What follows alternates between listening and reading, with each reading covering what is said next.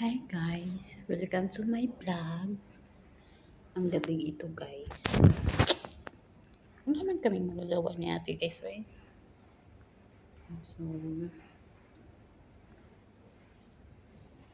yan.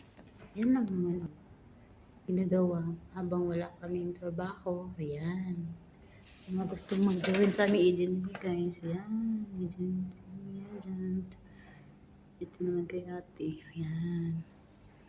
Yan naman ang labas.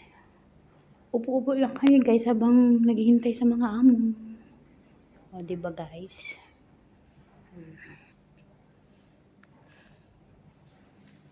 Trabaho. Wala si ate ngayon kasi nandun siya sa baba.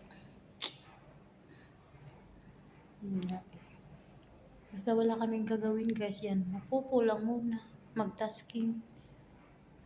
Para makuha yung aming task ni Popo. Para magkaroon ng pera kahit piso-piso. Piso-piso.